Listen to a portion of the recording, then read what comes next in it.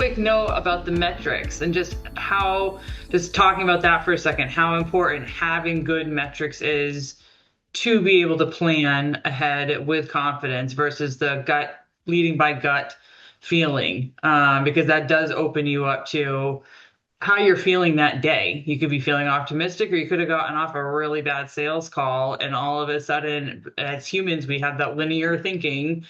And so we're saying, no, it's all bad, and I'm not gonna, like, that quota is way too high, or I just got off of two really good sales phone calls back to back, and I'm just like, this is amazing. I'm gonna blow past these numbers, increase the quota sum. So there's a really big danger to a business to not having good metrics to rely on. So I know I'm working with a lot of, like, I'd say small to medium-sized businesses, some of which just we're working on implementing CRM systems. It's so important to have access to this data, so that way you can plan ahead with confidence. And there are so many systems out there that help with this. So I know, Matt, you and I most recently were using HubSpot. It's amazing, super powerful, really expensive. So if you are one of, like, my clients who's smaller to medium-sized business, I've been recommending more so lately Go High Level, really powerful, very similar features, and a fraction of the cost. And it actually has more capabilities than HubSpot in some areas, because it came afterwards. So it's been learning from what HubSpot's done well and what HubSpot has not done well. So just throwing that out there for any listeners. If you don't have a CRM, you're tuning in so you can plan with confidence for 2026. Highly recommend putting it in your budget for 2026 to get a CRM. HubSpot, to get all the full capabilities, is about $800 a month versus Go High Level, which is about $200 a month. So those would be the two systems that I like the most. And I've been doing a lot of research on CRMs lately, and Go High Level is better than the rest. Not a great sales process. So hang in there through the sales process. They don't have any sales staff. It's all automated, and you do it all on your own. So that can be one of the frustrating parts. But so glad you touched upon the metrics, because otherwise you can't plan with confidence if you don't have the data. Right. What size company? I'm sorry. Oh, I was going to say, tying it back to one of the points you made earlier, Alan, is right, we need to achieve this number. Well, how are we going to do that? Why do you think that's possible? Right? It's the data, good data in, good data out. Having those metrics, those KPIs that help us understand our business, that's how we're going to achieve that. And if we don't have that, we're flying by the seat of our pants. And what size company in revenue can take advantage of what we're talking about, especially that, what'd you call it, Kim? High-low? Yep, Go High Level. I would even say if you're at $1 million and up, you need a CRM. Wow. Wow, $1 million. I would not have guessed that. I thought you were going to say 10. No. If you're at 10 million, you've been missing out a lot from not having a CRM, and more so just for just for the data for forecasting and everything that we're talking about here today. But it manages your pipeline, so that way you can see how many deals you have at each stage of your pipeline.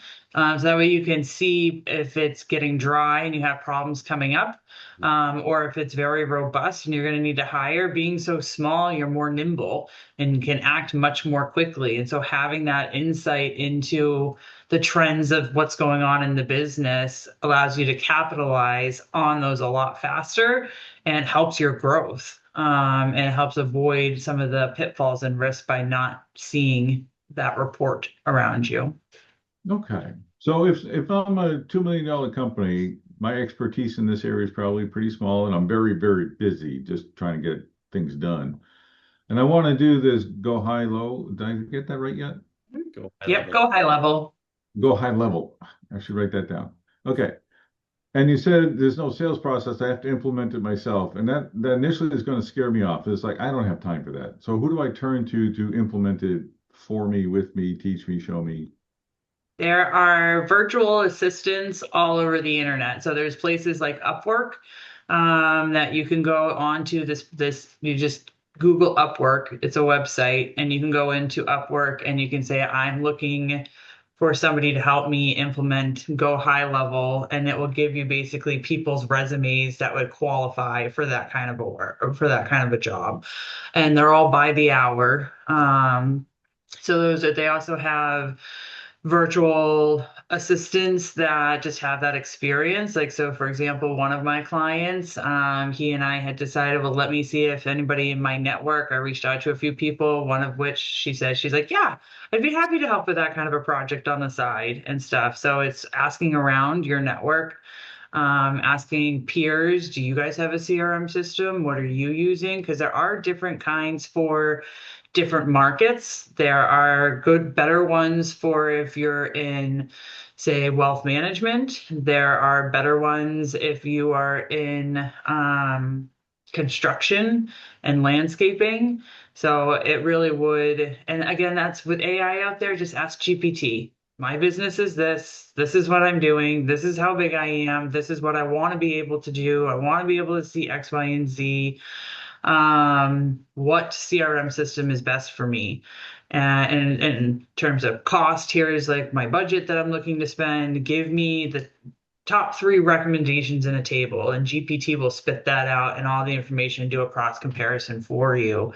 If you are anybody who's listening, if you don't have a CRM system and you're wanting to know what are the must-haves in a CRM system, feel free to email me. It's Kimberly at V as in Victor, 2A as in Alpha marketing.com. I have an Excel spreadsheet of a list of these should be your bare minimum must-haves in a CRM system, and I'm happy to share that out. That's great, Kim, and great advice. I tried that, and what it told me, ChatGPT said, you are doomed. So,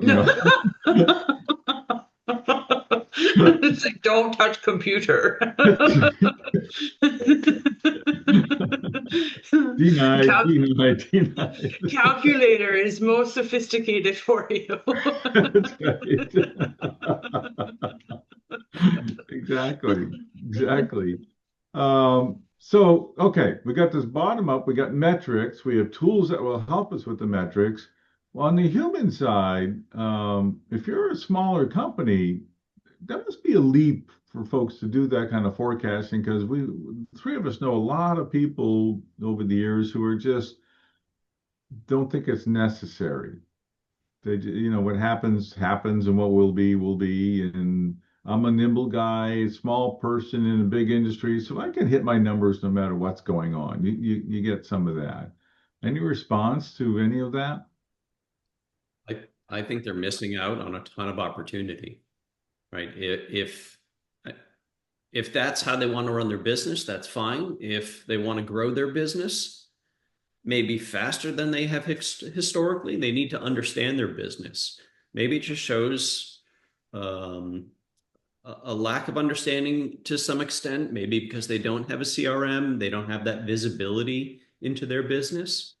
But I think understanding your business gives you a better opportunity, and I mean understanding in terms of putting together a forecast, gives you the ability to be strategic, right? It helps you set budgets. It helps you set quotas for your team, accurate quotas.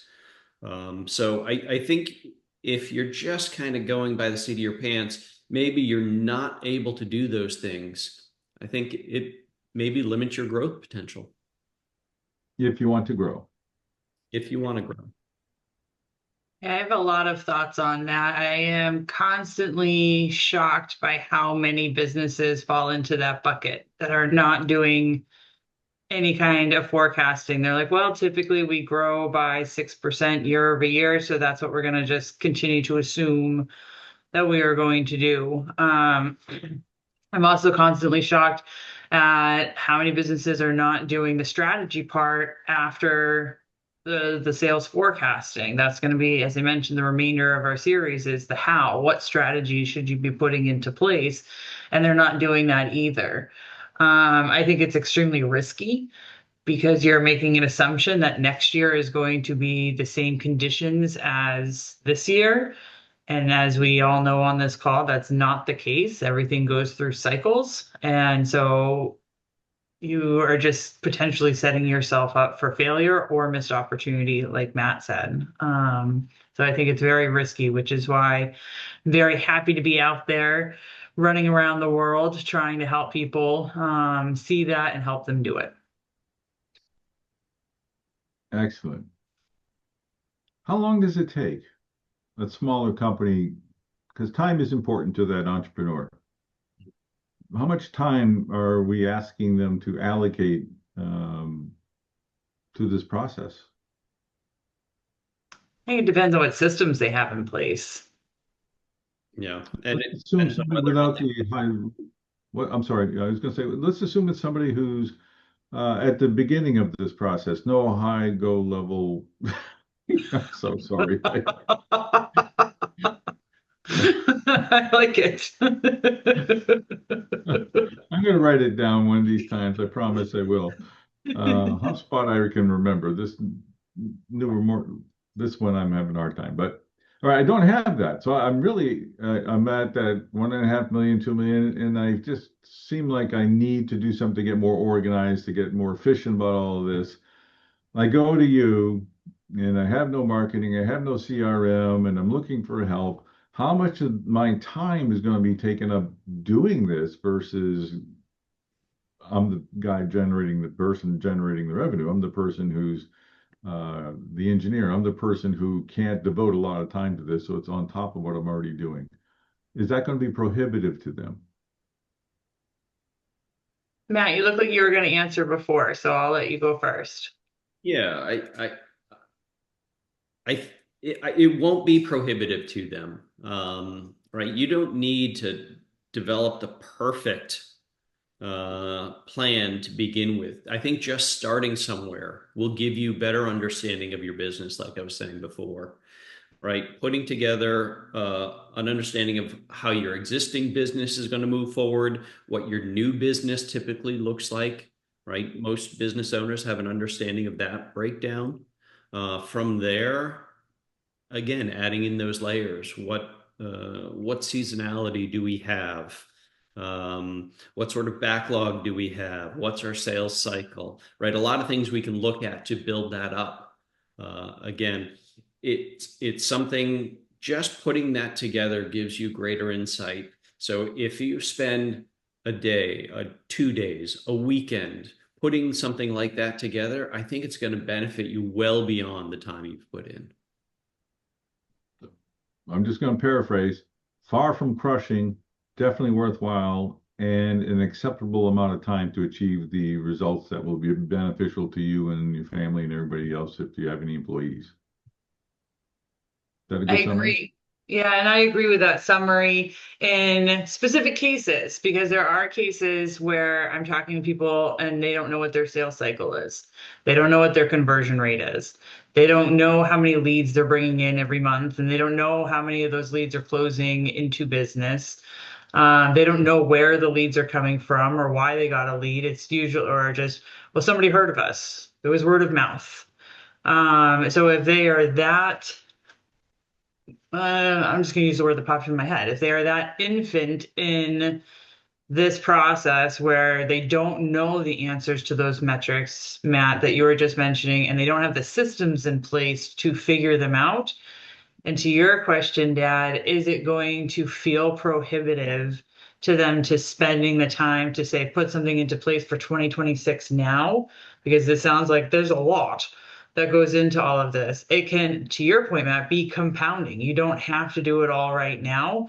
But if you are that owner where you're an owner operator, you're not just running the business, you're working in the business, you're not working on the business, then my advice is that yes, it is going to feel prohibitive because it's going to feel like just another thing on your plate. And go talk to Ryan Tansom, because that's what he does and that's how he helps his clients. He has this really, really cool way of looking at the paradigm of basically life, as he calls it, where it's we are here to make money for wealth, which is our value. We have our time in our lives and so on and so forth. And like, how much time do we want to apply to making wealth versus how much time do we want to apply to receiving value, like our friends, our family, and time like that? And because he understands it in such a way, he helps coach business owners who are still operating in the business to peel back the onion to say, why are you doing that? Like, you did make enough profits last year. Hire so and so to take that off of your plate. So that way now you can start doing this on the business part of it. And he just helps them see the order of operations to slowly get those things off of their plate while still hitting their financial targets, while teaching them how to do some of this forecasting stuff, just using their own financials. Because that's where he starts, is that they all have financials. So they might not know conversion rates, they might not know close rates or average deal size or any of that, but they do have financials of some kind. And he's helping them learn how to use those financials to see at least 3 to 6 months into the future for their business. And so that's a very simple, easy way to start while you then start working to take these next steps of a true bottoms up forecast. That's perfect. Because I was growing concerned that folks might hear this, and because we started off at a pretty involved level, and think, well, that's too big for me. That's too much for me. But it's sort of like it reminded me, Kim, of Steve Baker's open book. You don't start with everything open book. You start off with sharing some things, and you grow through time to where you're enabling an entire system. And that's the same thing here. We just start with small, and we eventually build an entire system that can really be quite powerful as we go forward, without ruining your life in the process so you never see your family because you're so busy with your head in the CRM. I mean, that's nobody's idea of a good day. Yeah, the CRM should definitely create efficiencies, not adding to your workload. So thinking through, because I know we're nearing the end of our episode, a lot of this in my mind is extremely relatable for folks in the service industry and to some extent manufacturing and to some extent distribution. But there are nuances in manufacturing and distribution where this, like, there are other things that should be considered and built into a bottoms up forecast. And then a burning question that I had that I wanted to throw at you both because I've been thinking about it a lot lately: construction. I'm a large project-based business. How do these things that we talked about today apply to me as a construction business? And what other nuances should I be looking at as a construction business owner? I think as a construction, if you're project based in general, you're looking at backlog as well as new bookings, right? These things can be highly variable. Typically, when you're putting together a forecast, I think a reasonable number is 2 to 3 times your sales cycle. Determines really the length where you can see accuracy in your forecast. So if you have a long sales cycle, right, that's going to introduce some high variability with small changes, right, affecting the long-term outcome. Thank you. Dan, what are your thoughts? Well, if it's a bid type of contractor, you can look at, how many, you can look at potential by looking at your bid success rate and how many bids are coming in. That allows you that. Then you know how long the projects last generally, and you can work from there. If you're a negotiated contractor where there's no bidding involved, you're a project manager, or you're going to do the whole thing, doesn't really matter. It's negotiated contract. Then you have to know your industry. If you do a lot of airport work, you can become an expert in what's happening in the airport world just because you talk to people and you deal with the different states or municipalities, whatever. So you can still get a really good feel that that's steady work.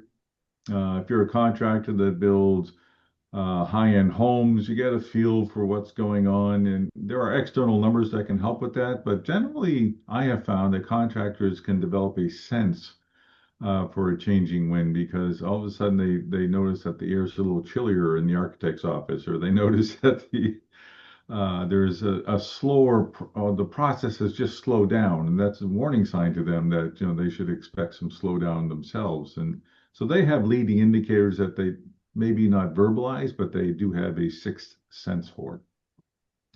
And you touched upon something that I keep coming back to, is that it seems to me that the external forces become that much more critical for those types of businesses. Like they're still critical and important for these other types that we've been talking about, but in my mind, there's less internal data points.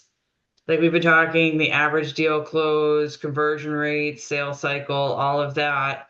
And there's less of those in some of these, in this other instance where it becomes even more important to know, all right, your external environment is expected to do X because a lot of that's going to dictate the bids and the RFPs and the different contracts coming your way.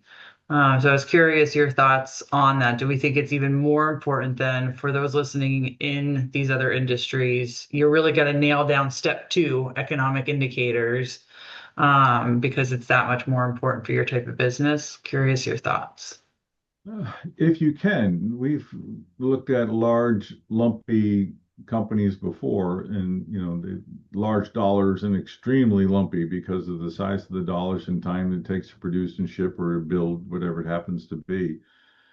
And it can become very difficult. You look for external factors that will give a general direction and some general estimates, but to come up with you will grow by 12% is next to impossible because it is large and lumpy. But you can say, I think in 18 months you're going to be hitting a wall. I think in 18 months you're going to find a lot more opportunity. You can do that type of forecasting, but the specifics of dollar amounts are something that have always perplexed me with large, lumpy. I think that's still important though, because that's going to help with their budgets. I think in Absolutely. 18 months that you're going to have a lot of work coming your way, then I know that I'm going to, for labor, start considering X, Y, and Z. Versus if I'm coming off of a strong year and I'm like, I need to hire some more, and all of a sudden my external factors are saying you're going to be hitting a wall come April of next year, then I'm going to, whoa, we're not going to make that. So I think it still helps with the budget process. Yeah, it certainly does, without a doubt. And Matt, to your earlier point about the financials, it reminds me of a story of a contractor, kind of large, kind of lumpy, but he didn't understand his financials. Really nice guy. I liked the guy and really knew how to handle a piece of equipment, be a grader or backhoe, whatever. And when times are good, was making a lot of money, but he didn't understand that revenue is not the same as cash and not the same as income, which are in themselves two different things. So he'd get a large check in payment for some work that he did, go out buy another piece of equipment. And he didn't understand that that wasn't all spendable. That was there. So I, I guess I'm bringing us back to the beginning. It all begins with financial statement acumen. You have to understand what financial statements are like, and at its basic level, not everyone in business does. They're not there. So we can't begin this process of sales forecasting without an understanding of basic financial statements. And the statement of cash flows is key, and most people ignore that. Mhm. So statement, understanding financials, then the basics from there go into what type of company and where are they in the whole process. Do they have a CRM that they can use? And from there, you can begin to crawl, walk, and then run as you go forward. And next thing you know, you're a $50 million company and you're ready to sell it for 100 million, and the kids are all lined up going, "Great job, mom! Great job." Exactly. You've created yourself a predictable revenue stream. Right. But it does take work and a sense of humility, in my opinion. Agreed. Matt, closing thoughts as we near the end of our episode this week. Things you want to share, make sure that our audience takes away. Well, this is about the growth playbook. So I am a big believer in businesses should grow, and I think this is foundational to that growth. Understanding how you're going to get there, what steps you need to take, right? If you're going to set out a goal, it's great to set that goal, but it's better to understand what steps you need to take to achieve that goal. So, yeah, forecasting, understanding your business, visibility, mitigate risk, and grow. I think that's what it's all about. Excellent. Dad? I did mine right before Matt. I'm done. Hey, I missed the mic drop. Perfect. All right.